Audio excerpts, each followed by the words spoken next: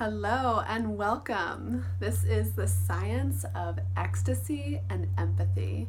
And my name is Maria Borgoff. I am a relationship coach. I am an embodied mindfulness teacher and an artist, as well as a number of other fun things. And I want to welcome you. Thank you so much for signing up for this, for showing your interest.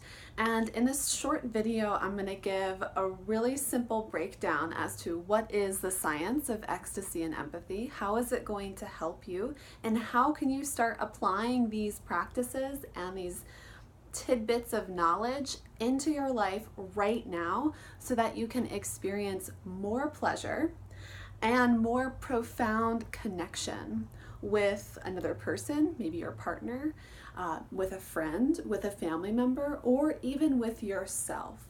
So I'm going to break it down really simply here, but at the root of all of it, at the root of seeking ecstasy, of increasing our capacity to experience empathy, and at the root of embodied mindfulness, which I'll touch on at the end of this video, at the root of it all, we're really trying to experience love and the magnitude of love and the power of love in our bodies and in our life. So that's kind of at the root of it. But essentially, we hear the word ecstasy, and typically we either associate it with this feeling of profound happiness and bliss and joy and all these good feelings, right? Or we associate it with the synthetic drug. Whatever your first instinct is, maybe you even associate it with kind of a sexual connotation or undertone. Whatever it is, it's interesting what that means for you. What does ecstasy, what does that word invoke in you?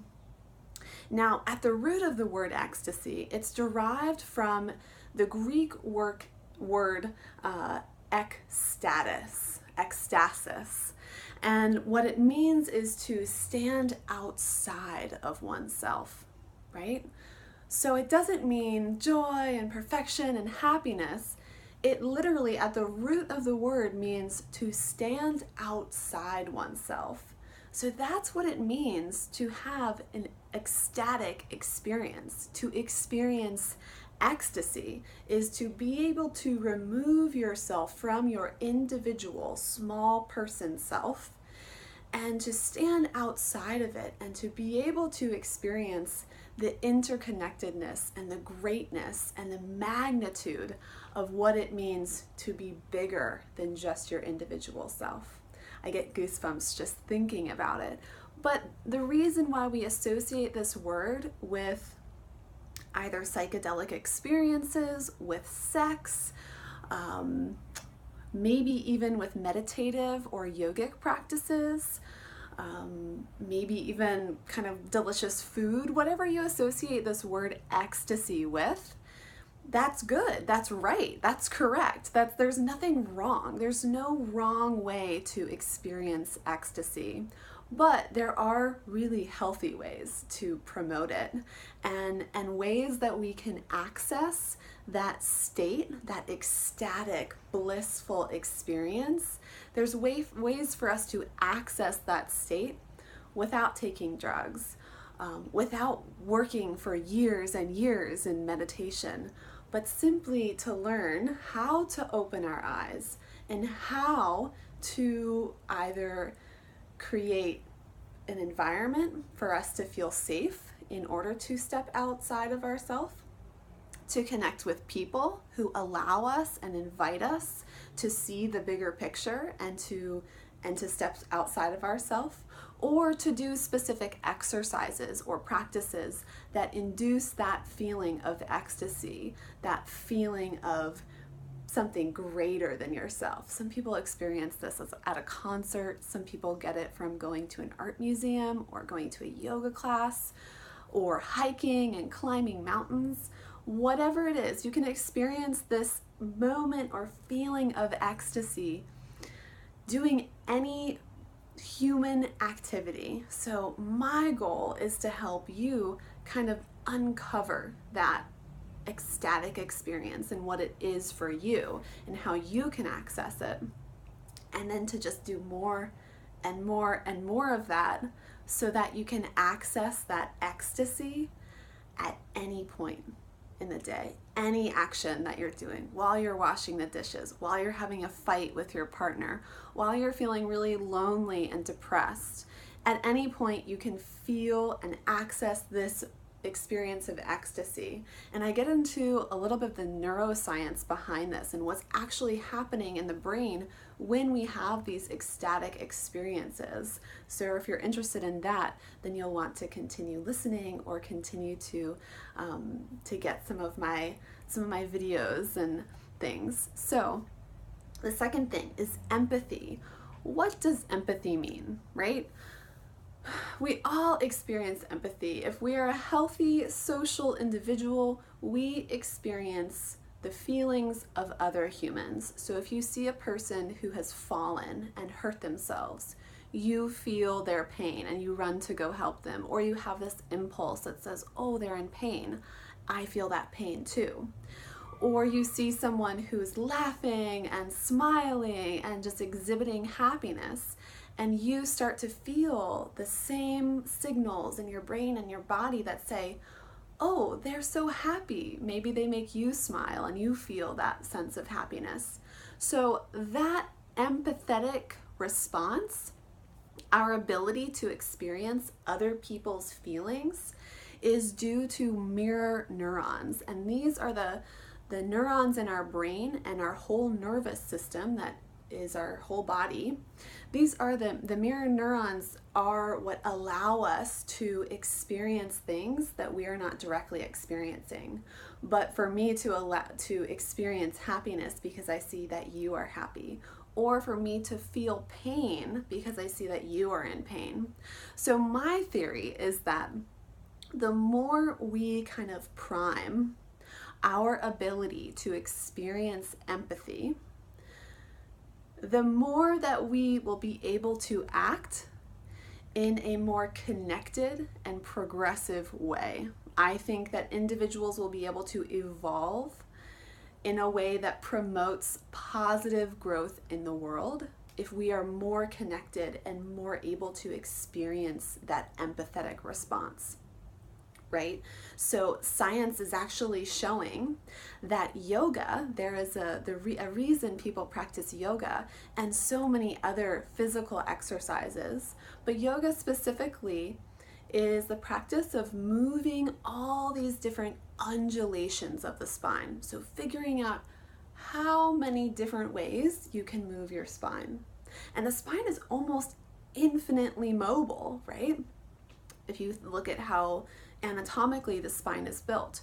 So science is now showing that the more time we spend growing intimately familiar with the undulations of our spine, our own individual spine, we actually increase the capacity that our brain has for mirror neurons. So we actually increase that empathetic response when we spend time experiencing our own inner world, our own spinal column. So this is where I get super excited, is developing empathy exercises. So how can we exercise our body and our mind in a way that we get so familiar with who we are that we are unable to see past, or that we are able to see past our differences. And I can see you as so similar to me because you have a spine too. You feel all of the pain, all of the joy that I too feel.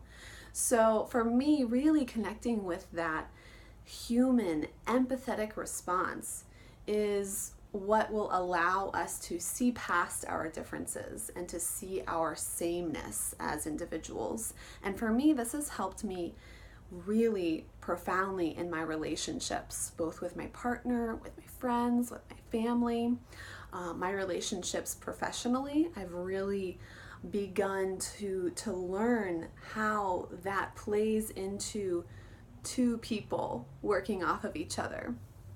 And everything is built on relationships. The space between you and me the space between me and, the walls that I'm in.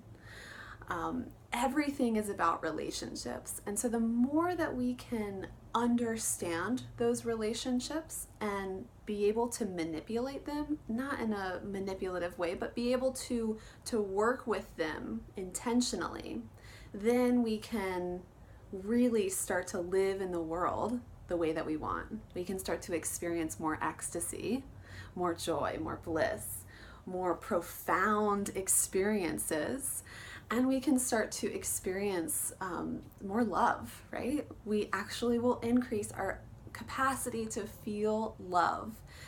So that's kind of the science behind ecstasy and empathy, and I go into it a little bit more in my video series. But at the root of it, again, coming back full circle, embodied mindfulness is kind of at the root of my work as a coach, as a teacher, kind of at the root of my work as an artist as well. And we are familiar, you might be familiar with the word mindfulness, the practice of mindfulness. If you're not, mindfulness is essentially the practice of shaping your thoughts, of understanding all of the chatter, all of the movements that's happening in your mind, being able to slow down and intentionally act based on a clear understanding of what's happening in the space of your mind. Now, embodied mindfulness for me is this understanding that the mind does not just live up here, and that the body is intricately connected to the mind. They are not separate. We can conceptualize them intellectually as separate things, right? My mind is in my brain, and my body is this thing. But they're not separate. They cannot function separately. We would either be brain dead and not able to move our body, or we would be dead because we wouldn't have a body for the mind to live in. So they're connected. There's no separating them in reality. So embodied mindfulness is learning how to embody the mind. So when we talk about the movements of the mind, that mind chatter, maybe you even call it monkey mind, I really like to integrate that movement of the mind into the body. And I like to call this somatic expression, where we are expressing our psychological understandings or even emotional responses. We are expressing them through movement and through physical sensations. So it's really connecting physical sensations, thoughts, and then emotions or feelings. So when we start to see the interconnectedness of the body and the mind, that's where we start to practice embodied mindfulness, when we start to make intentional choices as to how our mind is transmitting itself, its chatter or its clarity through the body. So that's at the root of my work. Now, if this sounds interesting to you, if you are someone who wants to experience more, if you feel like you're kind of missing out on something, whether it's on a sense of joy and connectedness, whether you want to develop a relationship with someone new, or you want to dive into your current relationship and get something more out of it, or maybe you're someone who's overwhelmed with feelings. Maybe you have too much empathy, and that's also a very real thing, and it could be affecting your life. So maybe you want to get a little bit more control on how you handle your empathetic response so that you can have healthy relationships. Now, wherever you are, if this is interesting to you, if you like talking about ecstasy and empathy, if you like learning about the relationship between your mind and your body, and you want to create real change in your life, be it in a relationship with another person, be it in a relationship with yourself, because we are always going to be in a relationship with ourselves. There's no denying it. If you want to work on a part of your life in this realm, in this embodied mindfulness realm, then I would love to talk with you. And since you signed up for this video and you've made it all the way to the end, I want to invite you to click the button below and you can sign up for a free discovery call with me. And in this 45 to 60 minute phone call, we're going to do it over the phone or on Skype, depending on where you live. We are going to get really clear on the things that are stopping you from feeling fulfilled, the things that are stopping you from connecting more deeply with other human beings and with yourself. So we're going to pinpoint really clearly the obstacles that are getting in your way, and then together we're going to create an action plan. So we'll create a practice. I like to call this practice design. So together we're going to design a practice using movement, using breathing, using drawing and writing, and any type of exploration that allows you to reach that ecstatic state of being. So together we'll cultivate that over this free coaching call. So if you're interested, then click the button below, sign up with me. You can just pick a time on the schedule that works for you and we'll connect. So thank you so much for listening, watching this video and starting to be a part of this conversation, because I really believe that in order to collectively evolve our planet and ourselves in a positive way, we really have to start having this discussion about ecstasy, about empathy, about evolution. So again, thank you for being here. Thank you for signing up. I usually send out weekly newsletters and just tidbits and videos, and I also have a podcast if you want to check that out. So make sure to stay connected. Let me know what you think of this video, how it's been helpful for you. And then also sign up if you want to connect with me personally and get on the phone and start creating real, meaningful, and profound changes in your life. So I'll talk to you soon.